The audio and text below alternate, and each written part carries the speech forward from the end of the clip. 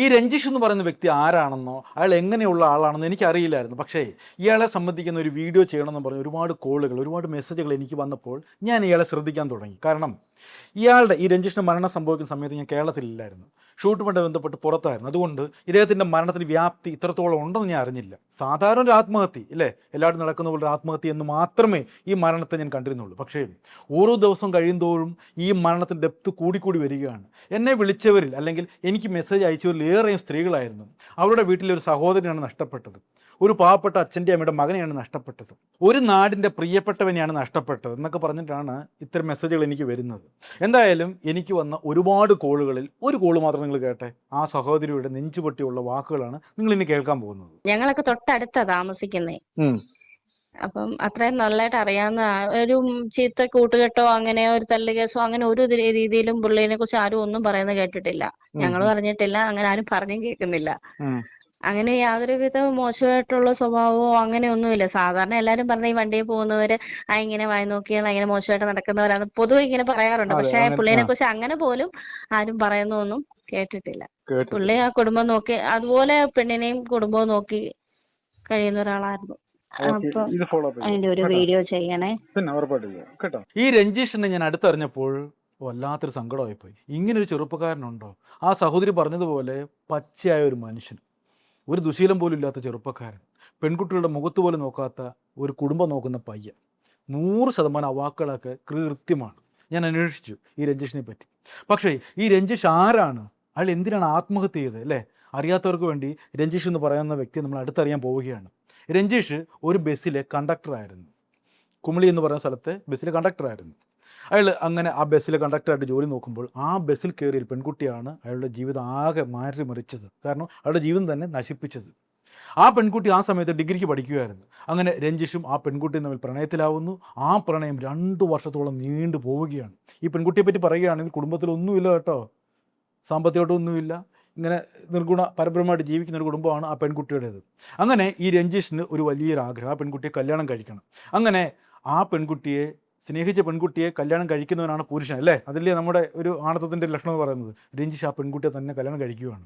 അങ്ങനെ ആ പെൺകുട്ടി രഞ്ജീഷിൻ്റെ വീട്ടിൽ എല്ലാമായിട്ട് മാറുകയാണ്. പിന്നെയാണ് ഇനി കഥ തുടങ്ങാൻ പോകുന്നത്. ഈ രഞ്ജീഷ് എന്ന് പറയുന്ന ആ പാവപ്പെട്ട മനുഷ്യൻ ഈ പെൺകുട്ടിയെ ഡിഗ്രിക്ക് പഠിപ്പിക്കുന്നു, PG പഠിപ്പിക്കുന്നു, PSC ടെസ്റ്റിനൊക്കെ പഠിക്കുകയാണ്, PSC ഒക്കെ പഠിപ്പിക്കുകയാണ്. അങ്ങനെ പഠിത്തം മുഴുവൻ ഈ രഞ്ജീഷ് ഏറ്റെടുക്കുകയാണ്.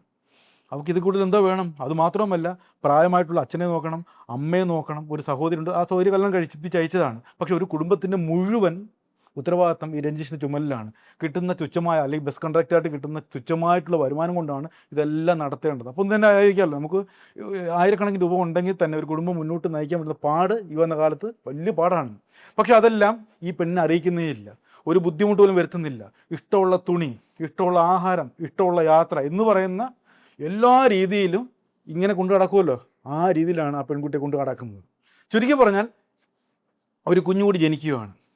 ഒരു കുഞ്ഞുകൂടി ജനിച്ചപ്പോൾ ഇവൾക്കൊരാഗ്രഹം, ഇനിയിപ്പോൾ ഇവിടെ നിന്നൊരു കാര്യമില്ല, നേരെ ഗൾഫിലേക്ക് വെച്ചടിക്കണം, ഒരു ജോലിയൊക്കെ ശരിയായി. അങ്ങനെ ഈ ഭർത്താവിനോടും ആ 1 വയസ്സുള്ള കുഞ്ഞിനോടും ഒക്കെ ടാറ്റ പറഞ്ഞിട്ട് നേരെ ഖത്തറിലേക്ക് വെച്ചടിക്കുകയാണ്. അവിടെ മുതലാണ് ഈ ജീവിതം ആകെ താറുമാറാവുന്നത്. അവിടെ ചെല്ലുന്നു, ഈ പെൺകുട്ടി ആകെ മാറുകയാണ്. മറ്റേ രഞ്ജിഷേട്ടാന്നും പറഞ്ഞ് ഊണിലും ഉറക്കത്തിനും വിളിക്കുന്ന പെൺകുട്ടി ഇപ്പോൾ ഒരു വിളിയില്ല, ഒരു ചാറ്റില്ല, നോ മൈൻഡ്. ഈ രഞ്ജേഷ് ആദ്യമൊക്കെ ചിന്തിച്ചു, എന്തായിരിക്കും ഇവൾക്ക് പെട്ടെന്ന് ഇങ്ങനെ മാറിയത്? ഒരു പിടിയുമില്ല. ഇവൻ മുറയ്ക്ക് അങ്ങോട്ട് വിളിക്കുന്നുണ്ട്, ഇവളെടുക്കുന്നില്ല. പലപ്പോഴും പേരിന് അല്ലെങ്കിൽ എന്താ പറയുക, ഒരു കടമ നിറവേറ്റാൻ വേണ്ടി മാത്രം തിരിച്ച് ഈ രഞ്ജീഷിനെ വിളിക്കും. അത് 1 2 അപ്പോൾ തീരെ വിളിവ് പോലും ഇല്ലാത്ത അവസ്ഥയായി. അങ്ങനെ എന്തായാലും രജീഷിന് എന്തോ ഒരു സംശയം തോന്നി, അവിടെ എന്തോ കയറി ഓടക്കിയിട്ടുണ്ട്. ആ സമയത്ത് ഈ പെൺകുട്ടി 10-60,000 രൂപ ശമ്പളം അവിടെയൊക്കെ ഉണ്ട് കേട്ടോ. ആ പൈസയുടെ നികളമൊക്കെ ആണെന്നാണ് രഞ്ജീഷ് വിചാരിച്ചത്. എന്തായാലും 6 മാസം കഴിഞ്ഞ് ഈ പെൺകുട്ടി നാട്ടിലേക്ക് വരികയാണ്. എവിടേക്ക്? രഞ്ജീഷിൻ്റെ വീട്ടിലേക്ക് വരികയാണ്.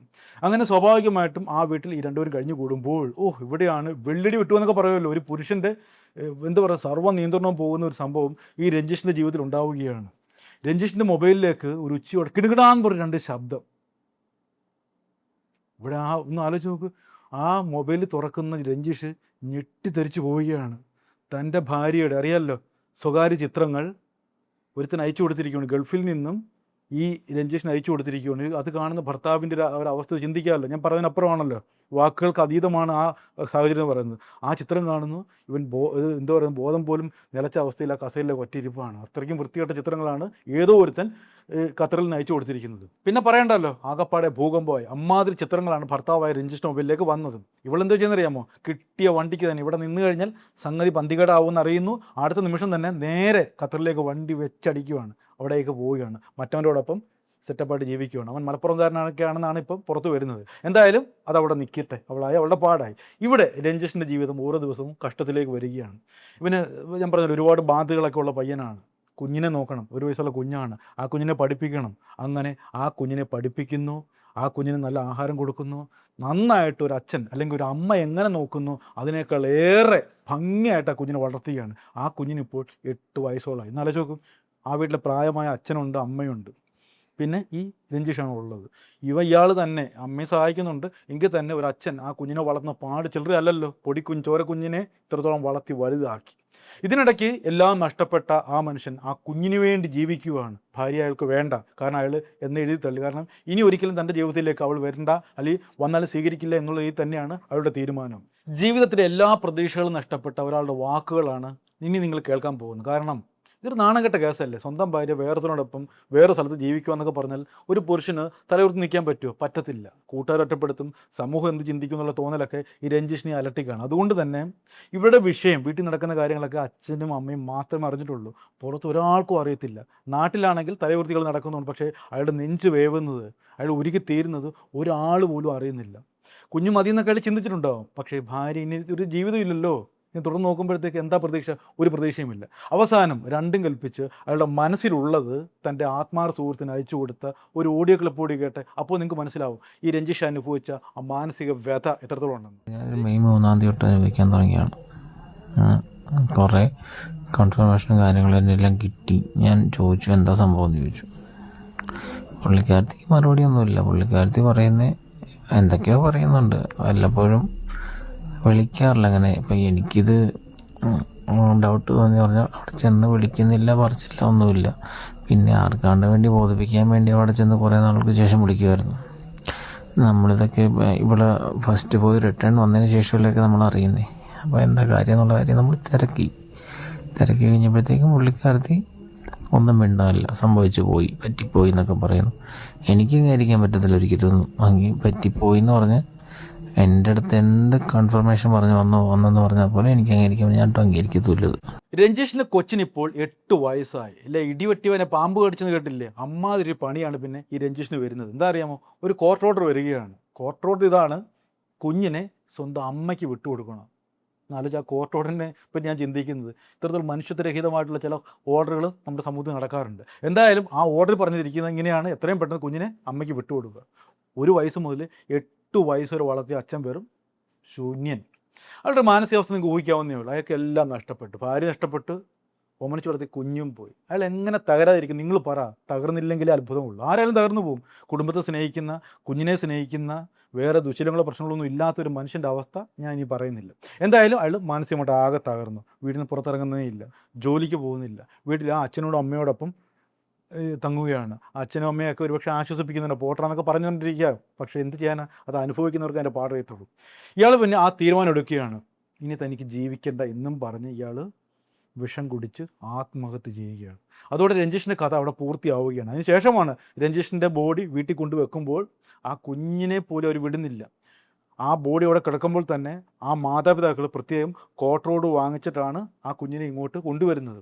അത്രയ്ക്ക് നാടകീയമായ രംഗങ്ങളൊക്കെ ആ വീട്ടിൽ നടക്കുകയാണ്. വല്ലാത്തൊരു അവസ്ഥയല്ലേ രഞ്ജീഷ് എന്ന് പറയുന്ന ആ ചെറുപ്പക്കാർ അനുഭവിച്ച, 37 വയസ്സേ ഉള്ളൂ, ആ ചെറുപ്പക്കാർ അനുഭവിച്ച പാട് ചെറുതൊന്നുമല്ല. എന്തായാലും രഞ്ജീഷിൻ്റെ ജീവിതം അവിടെ അവസാനിക്കുന്നു. പക്ഷേ രഞ്ജീഷിന് വേണ്ടി ആ കുമളി ഗ്രാമം മുഴുവൻ ഉയർത്തെഴുന്നേറ്റ് വരികയാണ്. അയാൾക്ക് നീതി കൊടുത്തേ പറ്റത്തുള്ളൂ. കാരണം ആ സ്ത്രീ അമ്മാതിരി പണിയാണ് ചെയ്തിരിക്കുന്നത്. അയാളെ ചതിച്ചു, ആ കുഞ്ഞിനെ എടുത്തു മാറ്റിയതോടെ ഒരു ജീവിതം തന്നെയാണ് ആ സ്ത്രീ ഇല്ലാതാക്കിയിരിക്കുന്നത്. ശരിക്കും പറഞ്ഞാൽ ആ സ്ത്രീയെപ്പറ്റി ഞാൻ ചിന്തിക്കുകയാണ്, അതൊരു സ്ത്രീയാണോ, ഒരു അമ്മയാണോ, ഒരു ഭാര്യയാണോ? കൊച്ചിനെ ഉപേക്ഷിച്ച് കളഞ്ഞതാണ്, എന്നിട്ട് ഈ സമയത്ത് കൂട്ടിക്കൊണ്ട് പോയിരിക്കുന്നത്. കൊച്ചെന്ത് ചെയ്യാനാ? കൊച്ചിനെ അറിയത്തില്ല, അല്ലെങ്കിൽ അച്ഛനോടൊപ്പം അവൻ നിന്നേന്. എന്തായാലും ഇതെല്ലാം വിധി എഴുതേണ്ടത് നിങ്ങൾ ഓരോരുത്തരുമാണല്ലേ. ഒരേ ഉറപ്പാണ്, ലവൻ്റെ ഗൾഫിൽ കിടക്കുന്ന അവൻ്റെ സുഖം തീരുമ്പോൾ ഇവരുടെ ജീവിതം വെറും കറിവേപ്പിലയാവും. ഭർത്താവ് നഷ്ടപ്പെട്ട് സമൂഹത്തിൽ പരിഹാസ്യമായിട്ട് ആ പെൺകുട്ടി ഇങ്ങനെ ജീവിച്ചു പോകും. ആ പെൺകുട്ടിയുടെ ഫോട്ടോ ഇപ്പോൾ തന്നെ സോഷ്യൽ മീഡിയ എല്ലാം വൈറലാണ്. ഇനി സമൂഹം ആ പെൺകുട്ടിയെ കാണുന്നതൊക്കെ വേറൊരു കണ്ണോടെ ആയിരിക്കും. ജീവിതത്തിൽ സമ്മാനം കാണുമോടെ? നിങ്ങൾ ചിന്തിച്ച് നോക്ക്. ഇത്രത്തോളം ഒരു മനുഷ്യനെ പിച്ച് ചീന്തി ആ സ്ത്രീക്ക് ഒരു രാത്രി പോലും സ്വസ്ഥമായിട്ട് ഉറങ്ങാൻ പറ്റുമോ? പറ്റത്തില്ല. കാരണം ഉറങ്ങുമ്പോൾ അയാളുടെ ആ ചേതനയേറ്റ ശരീരമായിരിക്കും ആ സ്ത്രീ മനുഷ്യ സ്ത്രീ ആണെങ്കിൽ വരുന്നത്. അത് മാത്രമല്ല, തീർച്ചയായിട്ടും ഈ സ്ത്രീയെയും സ്ത്രീക്കൊപ്പം നിന്ന മറ്റേ ലിവിങ് ടൂർ സെറ്റപ്പ് ഉണ്ടല്ലോ, മലപ്പുറംകാരനാണെന്നാണ് പറയുന്നത്, അവനെ നിയമത്തിന് മുമ്പിൽ കൊണ്ടുവരണമെന്നും പറഞ്ഞിട്ടാണ് ഇപ്പോൾ ഒരു ഗ്രാമം മുഴുവൻ രംഗത്ത് വന്നിരിക്കുന്നത്. എന്തായാലും അവനെ കൊണ്ടുവരണം അല്ലേ? അവനല്ലേ ഈ തോന്നിയ ദിവസം കാണിച്ചത്. ആലോചിച്ച് നോക്ക്. അവനെ ആ പെണ്ണിനോടൊപ്പം ജീവിച്ചങ്ങ് പോയാൽ, അല്ലെങ്കിൽ ആരും അറിയാതെ കൊണ്ടുപോയാൽ മതിയായിരുന്നു. അവൻ കാണിച്ച തോന്നിയ ദിവസം കണ്ടോ? സ്വന്തം ഭർത്താവിൻ്റെ മൊബൈലിലേക്ക് അമ്മാതിരി ചിത്രങ്ങളാണ് അയച്ചു കൊടുത്ത് ആ ദാമ്പത്യ ജീവിതം ആട്ടിച്ച് നശിപ്പിച്ചിരിക്കുന്നത്. എന്തായാലും ഈ സ്ത്രീയും ഈ സ്ത്രീയുടെ കാമുകനായ ആ ചെറുപ്പക്കാരനെ നിയമത്തിൻ്റെ മുമ്പിൽ കൊണ്ടുവരണം എന്നുള്ള കാര്യത്തിൽ തർക്കമൊന്നുമില്ല. കൊണ്ടുവരണം. കാരണം ഒരു മരണത്തിന് ഉത്തരവാദി അവർ രണ്ടുപേരുമാണ്. ഒരു കാര്യം കൂടി, ഈ സ്ത്രീക്ക് ജീവിതത്തിൽ ഒരിക്കലും സമാധാനം കിട്ടത്തില്ല, കിട്ടാനേ പാടില്ല. അതുകൊണ്ട് ഇന്നല്ലെങ്കിൽ നാളെ കനത്ത തിരിച്ചടി ആ സ്ത്രീയുടെ ജീവിതത്തിൽ ഉണ്ടാകും, ഉണ്ടാവണം, ഉണ്ടായിരിക്കും എന്ന് മാത്രം പറഞ്ഞുകൊണ്ട് നിർത്തുന്നു. നന്ദി, നമസ്കാരം.